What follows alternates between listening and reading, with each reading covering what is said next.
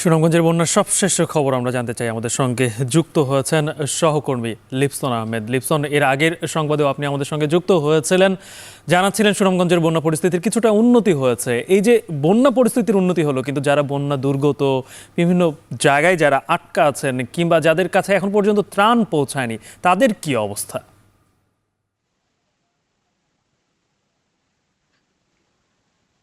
ডালিম, যদি বলি প্রতি বছরই কিন্তু আসলে দুর্যোগ, কষ্ট আর দুরবস্থা, এই বন্যায় কিন্তু আসলে এখানকার মানুষদের এই একটি নাজেহাল অবস্থা করেছে। আর বিশেষ করে যখন কিন্তু এই বছরে কিন্তু আসলে বন্যায় আক্রান্ত হয়ে কিন্তু নিম্নাঞ্চলের মানুষরা কিন্তু সবচেয়ে বেশি কষ্টে রয়েছেন। বিশেষ করে যদি বলি আমরা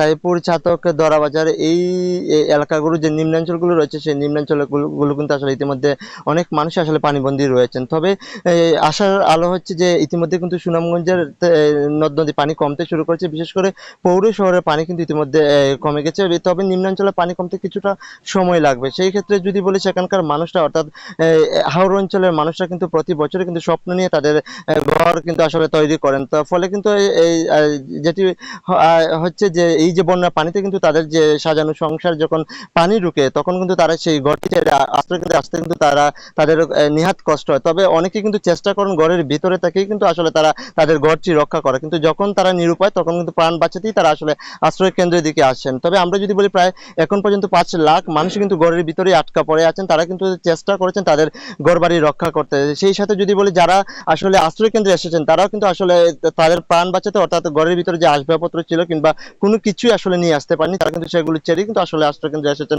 তবে যেহেতু নদীর পানি কমছে, সেক্ষেত্রে সেখানকার যে মানুষরা রয়েছেন তারা কিন্তু আসলে তাদের যে ঘর, সেটা আসলে পানি কমলে আসলে গুছানোর চেষ্টা করবেন। তবে যারা আশ্রয় কেন্দ্রে এসেছেন, তারা যেটি বলছেন যে এই যে ডলের পানিতে কিন্তু তাদের যে বসতভিটা, আসবাবপত্র সবকিছু আসলে ডলের পানিতে ভেসে গেছে। তবে তারা আশ্রয় কেন্দ্র থেকে যখন আসলে তাদের বাসায় ফিরবেন, তখন তারা আসলে কিভাবে আবার ঘুরে দাঁড়াবেন সেটা নিয়ে আসলে তারা দুশ্চিন্তার মধ্যে পড়েছেন। তবে শুধু তারাই নয়, পুরো জেলার 7টি উপজেলায় কিন্তু ইতিমধ্যে যে মানুষগুলো রয়েছেন তারা কিন্তু চরম ভোগান্তির মধ্যে রয়েছেন, তারা কিন্তু আসলে দুশ্চিন্তার মধ্যে পড়েছেন। তবে আমরা দেখেছি আশ্রয় কেন্দ্রগুলোতেও কিন্তু ইতিমধ্যে নতুন একটি দুর্ভোগে তারা পড়েছেন। আশ্রয় কেন্দ্রগুলোতে বিশেষ করে বিশুদ্ধ পানি একটি সংকট তৈরি হয়েছে। তবে পানি উন্নয়ন বোর্ড বলছে, যেহেতু বৃষ্টিপাত কম হচ্ছে, চেরাপুঞ্জিতেও বৃষ্টিপাত একদম নিহাত নেই বললেই চলে। তবে ইতিমধ্যে আসলে বন্যা পরিস্থিতি সমঝোতা যাবে, তত উন্নতির দিকে যাবে। ডালিম।